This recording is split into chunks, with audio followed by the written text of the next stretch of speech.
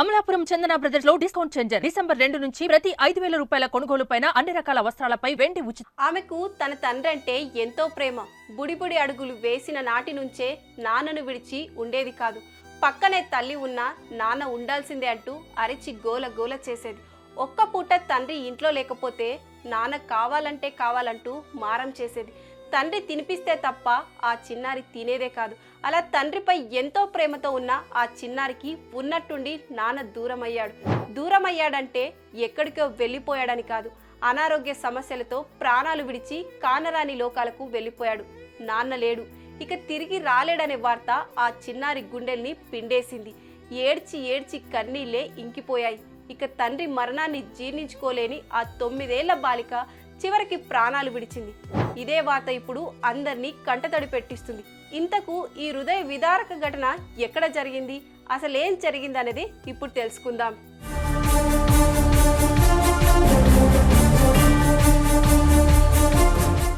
ఇదిగో మీరు చూస్తున్న వీరిద్దరే తండ్రి కూతురు.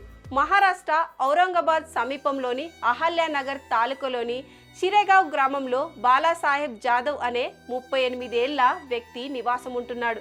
ఇతనికి శ్రద్ధ యాదవ్ అనే 9 ఏళ్ల గారాల కూతురుంది. ఈ బాలిక గ్రామంలోని జిల్లా పరిషత్ పాఠశాలలో 3వ తరగతి చదువుతోంది. తండ్రిని విడిచి కూతుర్ని విడిచి తండ్రి అస్సలు ఉండేవాళ్ళు కాదు. అలా కుమార్తెని ఎంతో అల్లారు ముద్దుగా పెంచుకున్నాడు జాదవ్. ఇదిలా ఉంటే బాలాసాహెబ్ గత కొన్నాళ్ల నుంచి కిడ్నీ సంబంధిత వ్యాధితో బాధపడుతూ ఉన్నాడు.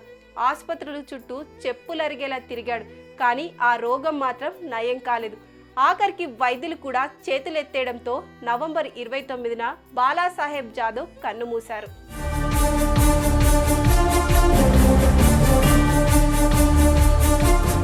ఇక తండ్రి మరణాన్ని జీర్ణించుకోలేకపోయినా అతని కుమార్తె శ్రద్ధ గుండె పగిలేలా రోధించింది. నాన్న లే అంటూ వెక్కి వెక్కి ఏడ్చింది.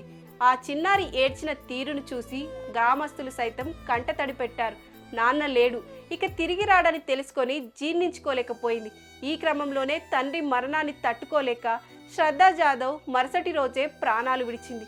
కిడ్నీ వ్యాధితో తండ్రి మరణాన్ని తట్టుకోలేక కూతురు, ఇలా 24 గంటల వ్యవధిలోనే తండ్రి కూతురు ప్రాణాలు కోల్పోవడంతో వారింట తీవ్ర విషాదం చోటు చేసుకుంది.